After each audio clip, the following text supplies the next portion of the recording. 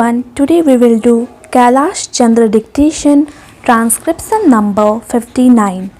You can get the PDF from description box. So ready? Start.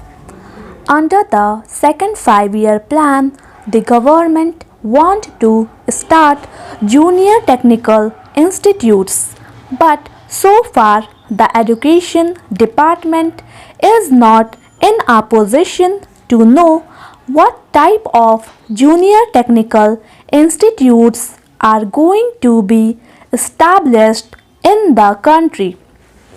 Every time we ask the education department to furnish us with details of their schemes, the reply we get from the education ministry is that some officer of the department has been sent abroad to study this question, and only when he returns from abroad we will be able to finalize the thing. An officer of the education department has been sent to study these institutions in France.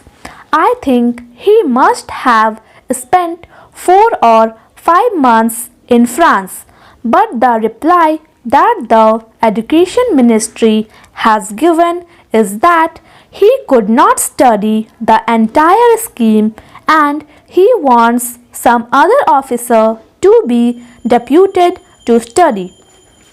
As I said before, under the second 5-year plan, we are to start junior technical institutes, but so far the education department is not in a position to give even the correct information to those private agencies.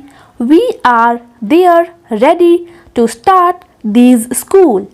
Therefore, I request the education department not to sleep over things but to take very active steps in collecting the necessary information and in helping the private agency who want to start these institutes in this country.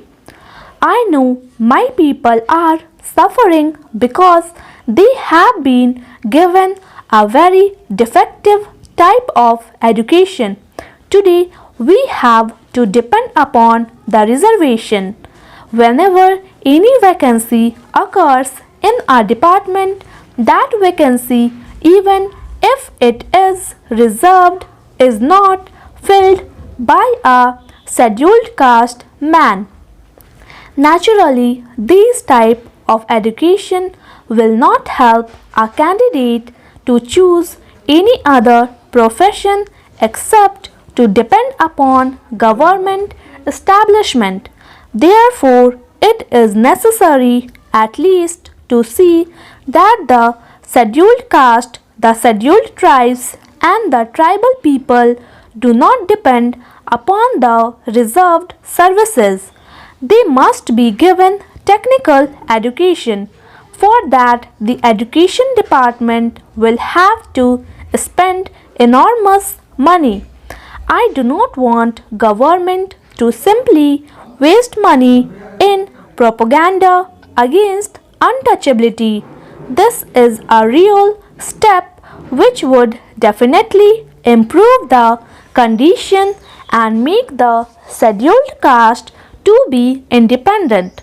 That is, without being dependent upon government services. Therefore, I would like the Home Ministry to give special directives to all the state government. I know in some of the states they have started special schools when they felt the need, because in many of the other institutes the scheduled caste were not allowed in those days.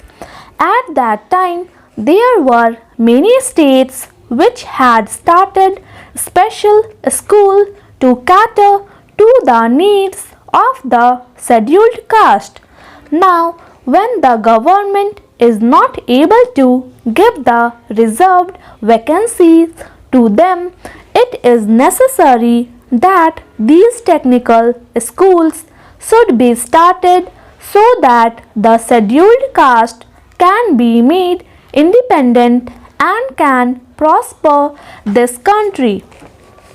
I join my friend in expressing satisfaction at the fact that the national income has recorded an increase of 18%, perhaps 7% more than the estimated increase.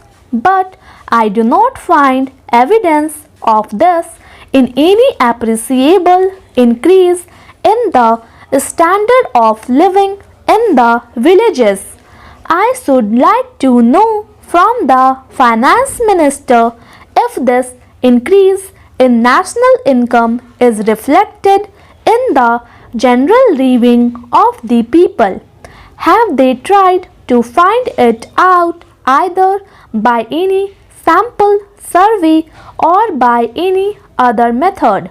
We should know whether the benefit has reached the common man. As far as I am concerned, my own experience is that unemployment in the rural areas continues to be as high as it was before, if it has not recorded any increase. One way by which we can gauge this is by the number of persons crowding round public servants or public men for some sort of recommendation to secure jobs. In urban areas, the extent of unemployment is judged by the registration in the employment exchanges. I do not suppose there is any such device for the rural areas, and I think our experience can be dependent upon to some extent for finding out the extent of unemployment.